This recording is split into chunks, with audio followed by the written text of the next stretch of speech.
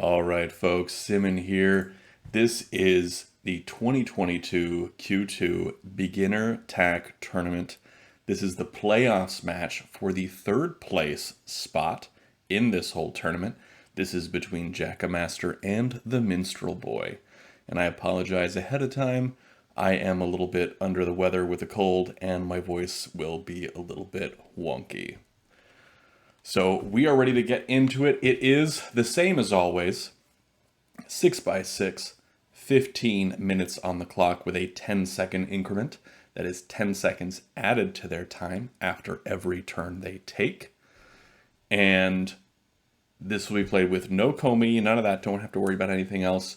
But they will be playing 2 games in this match as each color. And then whoever comes out on top in this match will get third place in the tournament overall. Right now, the finals is going to be played tomorrow between Vival and Dope Medic, and so we'll be able to see that. But for now, let's jump right into game 1 of this third place playoffs.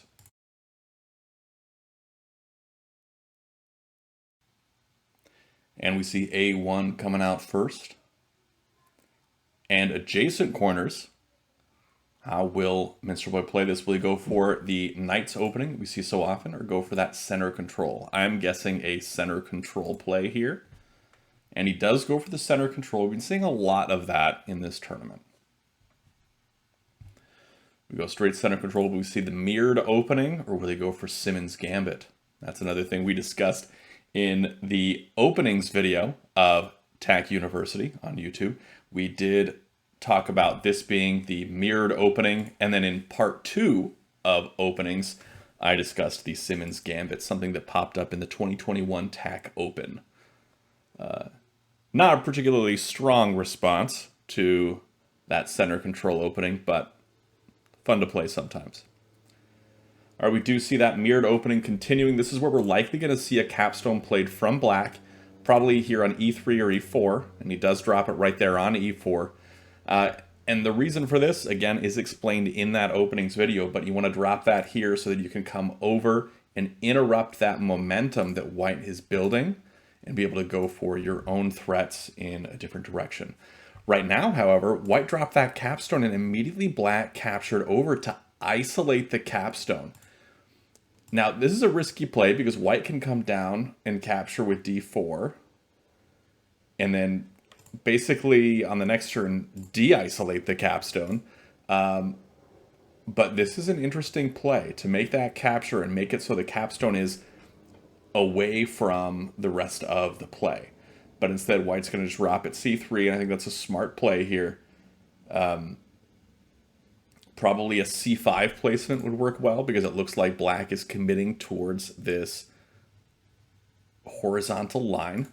And in order to stop that, you want to build up some spots, but not give black the opportunity to come back with that capstone onto D4 and threaten this stack and also build towards his own horizontal threat still.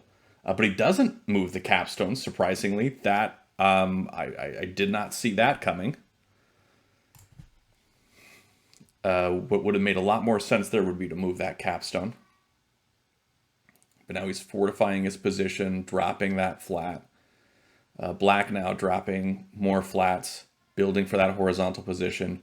White can build for the vertical threat, sure, but black does have momentum here.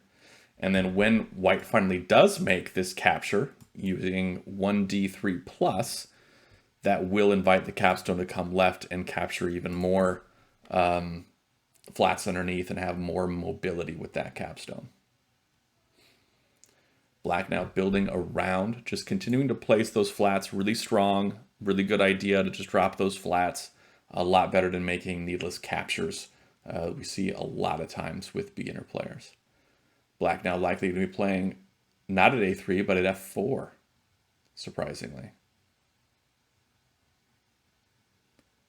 I guess that if A3 is played by white, black just plays at A2 and continues to make that threat there. A lot of ways this can turn out here. But it's not looking too bad for black. Black looks to be in control right now. White is in a bit of trouble. If white does make any capture here onto d4, they want to do it with d5. They don't want to do it with d3 here. Does drop, will now black drop at a2 to continue that threat. White could stifle it by making a b2 left capture. No, he's going to make a capture instead. This is where I believe we're going to see some sort of capture potentially here, a4 right. And if you're wondering what I'm meaning by these sort of things, I'm talking about the play tag notation over here onto the left. That is how we discuss the moves and how we record games for TAC, and you can find all about that in the TAC University video called Play Tag Notation, or PTN. But white does need to make some sort of capture here in order to stop black from making a road. Does decide to go for the a4 right move. We also take a look at the time. Jakkamaster in black playing above 15 minutes right now. They have that 10-second increment. He's using that, playing under 10 seconds on average per turn. Minstrel Boy down to 13.5 minutes on the clock. Surprisingly, we saw the recapture here from black going c4 left. And I didn't see that one coming. It kind of messes up what black's going for in that horizontal direction. White can drop a wall here on c4, and that's devastating for basically all of black's plans. Now, I can't imagine we're not going to see a c4 left, and indeed we do.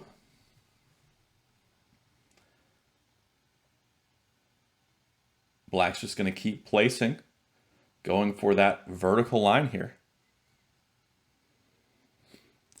I think we could see the whole stack on b4 come left onto a4. I think that would be a really strong move here. It would allow white to recover the liabilities here, get that flat back, also to make a threat in the horizontal direction by coming down here, getting a white on a2, and then being able to go for this horizontal line here. That, I think, is not a bad plan at all. I think that works out pretty well. But that would require to bring that whole stack over. And often when beginner players or newer players see the opportunity to make a move like this, they won't bring the whole stack over. They'll instead just bring, for example, in this one, the top two to leave behind that white flat. And that's a +2 move.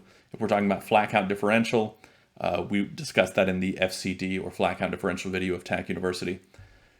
Now, he instead drops that white flat.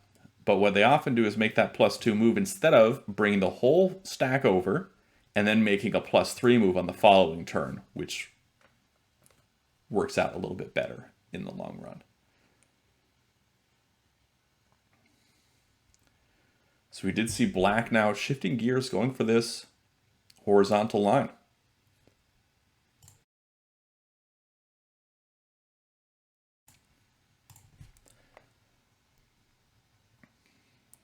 Black wanting to be able to place at a5 or potentially here at c4 on the next turn.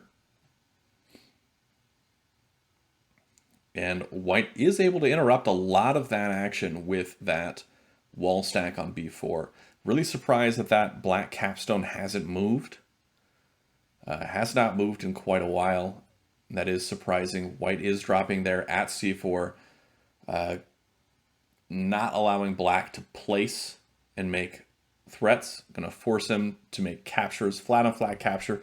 This now has a lot of liabilities underneath it. This is where, if I'm white, I am very tempted to toss this d4 stack up and capture.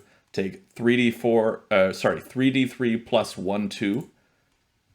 That will leave one white here, and then the white, black, black, white, white here on d5. And I think that would be a really strong move.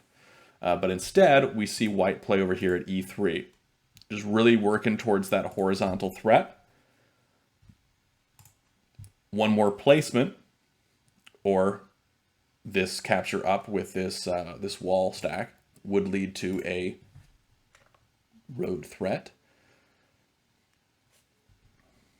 But the placement at f3 is ultimately much better, because then it's a drawbridge threat, and this can also be thrown down onto a2. But now white has to worry about black's threat. Now, white can come up with this wall stack. And if white does come up with a wall stack, that does stop this road and create a road threat of white's own. And I think that is a solid position to be in, being able to stop your opponent's threat and create your own threat. But now white does not want black to be able to run amok with this stack, recover those flats, go for this vertical threat, go for the horizontal from here. Probably wants to recapture and then drop a wall afterwards on B4, I'd say is the place to drop the wall after that. That would be what I would do. You could potentially drop a wall first or even come down with your B5 wall, but I don't think coming down with that would be the right play. Probably dropping another wall on A5 would work.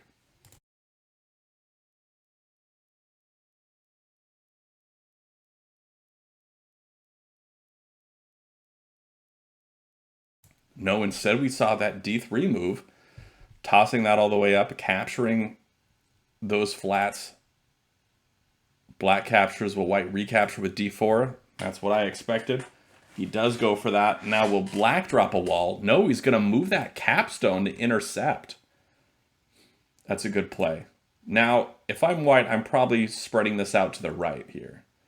1, 2, 3, 4, 5, 6. Yeah, take the top 6, leaving one white behind on D5. Can't take more than 6. And so you drop 1, 2, 3, 4. You drop 4 here and then 2 here on F5. The reason for that is because if you do 1 and 5, then black can capture up and then you got to recapture here. But instead you got 4 and 2, and that way you've got, if this comes up, you just recapture with the top flat and still maintain that. But white comes left instead. This invites black to come left with that capstone onto C4, and that's not what white wants right here. That is counterproductive, because even if white does get this stack away now to the right, black can take over this stack or throw the whole capstone to the left and get a hard capstone and go for that vertical threat. Black's got a lot of opportunities here. White had it for a while and black had it for a while. It's kind of gone back and forth in this game so far. I feel like white had a pretty significant advantage for several turns, but has since sort of given that up. And now we're seeing white kind of scramble to get that position back. Hasn't completely lost it by any means, but they are more spread out. That means that they have farther on down the line, they have more options and more possibilities to make different types of roads. Black is more concentrated into one area, and so that makes them less able to adapt later on, but they are able to make a threat currently. And so white's going to need to make a capture here, either with this wall over onto onto A5, B5, 3B5 left, or with 1B2 left. Now, either of those does stop this threat. Cannot wall here on A4, because that would just lead to this capstone coming left and smashing it. So whatever happens, it's going to have to be a capture. Now, I like moving that wall over onto A5. That does really cut down black's ability to make that vertical road. Coming over with B2 is fine, and that's what he does here. But it allows for a recapture, and it doesn't immediately renew the threat. And so I can see a wall here at A1 now, being able to recapture and then liberate those captives. And that's what he does here. It seems like a pretty solid play to drop that wall there. This flat stack can go up. It can't go right. We got this capstone here. Definitely don't want to give more flats to the capstone. Yeah. Ooh, and he does. He gives it away. So white's got to go for that and capture onto C2 here. But it almost feels like a bait, and so you're wondering, what is my opponent trying to get me to do? And maybe he wants to bring A1+. If he takes A1+, then he threatens both of those stacks on A3 and on B2. with that wall being able to capture and recover those flats. But instead, white plays at a4, and then black plays at b1. This is renewing that attack threat. Black able to throw that capstone left onto a4. But now white can just come over left with that capstone, yeah, onto b2, or come up with the wall on a2. Either of those works just fine. Does come over with that capstone.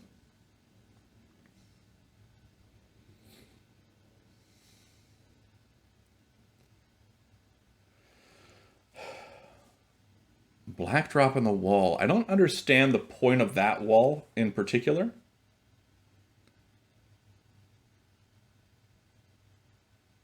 That one seems interesting to me.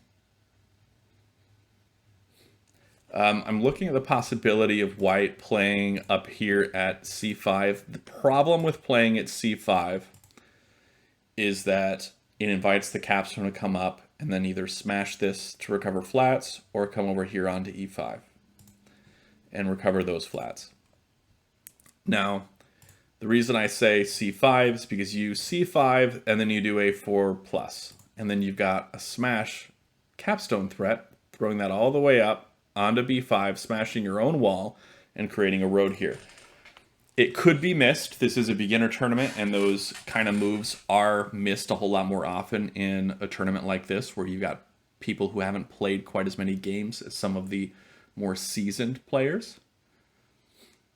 Ooh, but instead black brings that capstone over left onto b4.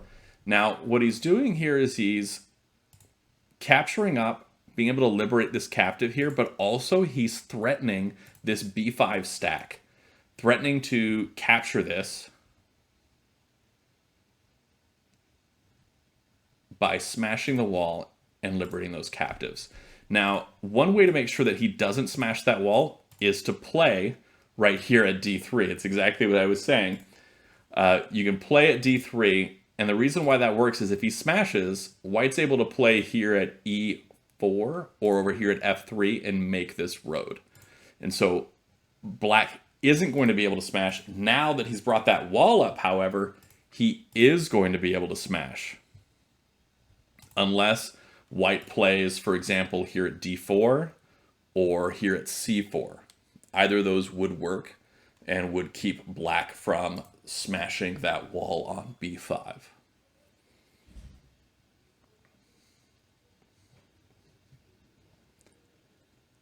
Doesn't go for that. Instead plays at c2. I'm not really sure why he went for c2. Maybe he's trying to play around this wall. Really, he had the option to play here at d4, and I think he should have gone for that. But instead black comes down. I don't see why he's coming down. That didn't make a lot of sense for me. I mean, sure, it's a +2 flat count differential move, but I don't see him making a road over here anytime soon, at least not as long as this capstone and this wall are here. So white's now making a connection, trying to work for this, playing over here at d2 now. White does have this flat underneath b2, so if he does make a connection to this side by playing maybe here at e4, that's attack threat. He instead plays at d5. So one of the ways that black can stop that threat is by capturing up onto f5.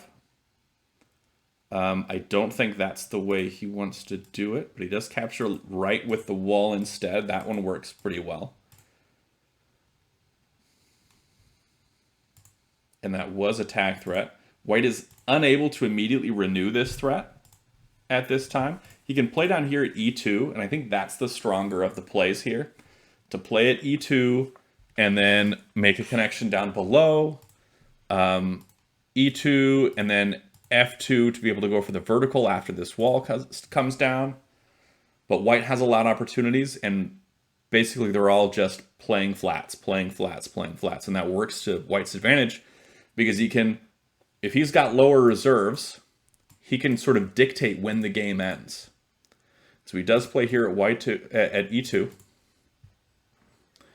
Black likely going to come down with this wall at some point, potentially drop his own wall, another one here at e4, or maybe a flat somewhere. Does drop a flat at e4. This is where I expect white to drop a flat at e2.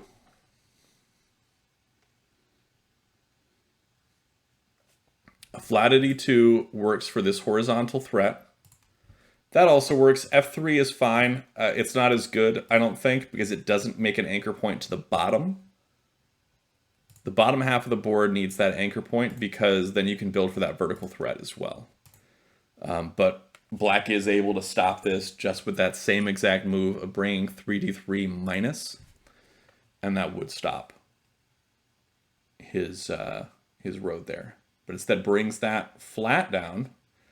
Now we might see the f2 placement, which now that stack here is on f3, it's not as good because then black has other options to come down with that stack, that flat. Maybe e1. E1 is better now. E1's better now because it does force this wall stack to come down and still makes that vertical connection. I like it.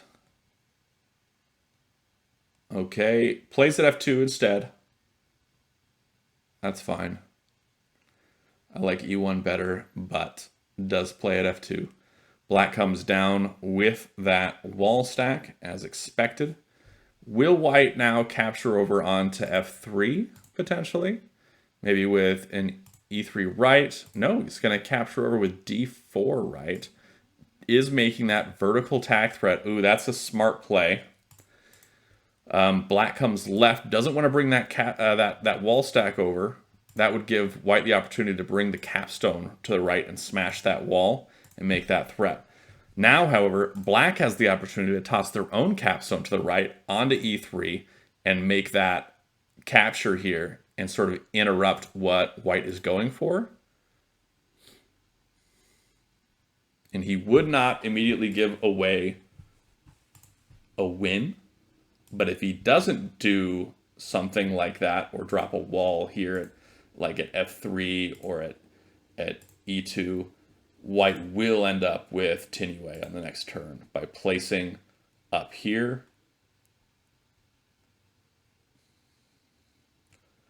Probably on e6 or f6 or d6. Any of those would end up as Tinue. If he doesn't capture onto this. Well, I guess he would still have that capstone move to throw over, so not the end of the world if he doesn't do it on this turn, but he will have to do it very soon.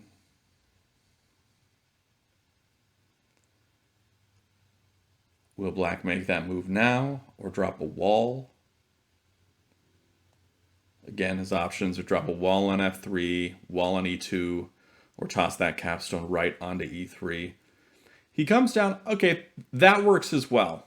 I like that one because that also threatens this stack to recover all those liabilities. I think that's a smart play. Yeah, that totally works. Black's able to interrupt whatever he's got here now that that's been played.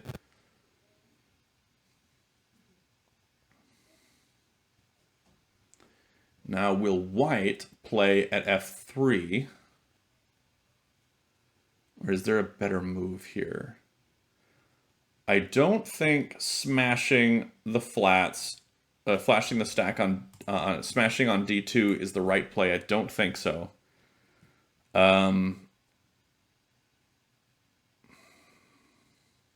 It's fun, but I don't think it's the right move.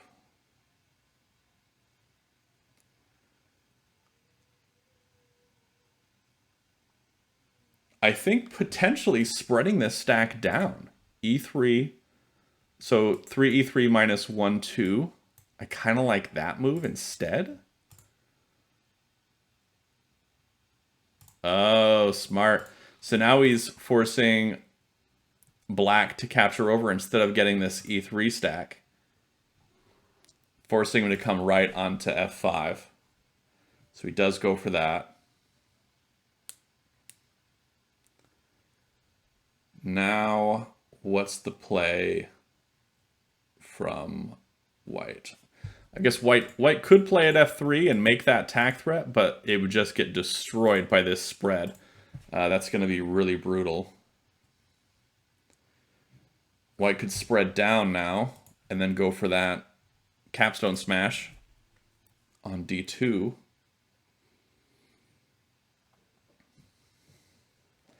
But again, this wall stack is now very powerful and able to do a lot of damage to what white's working on. And also, it's going to be killer on the flat count differential. So black is going to get a huge positive flat count differential move here on the next turn. White's only shot is to drop a wall at F3, and that's exactly what he does. That was a smart play and a better play than I would have expected from someone in this beginner tournament. So I think that was a really smart way to do this. I'm not sure about that move. I don't quite understand why he did that. I guess he wants to sort of caterpillar crawl over and recover all these flats. He could have spread left over onto C5 and gone for a horizontal threat, but he didn't go for that.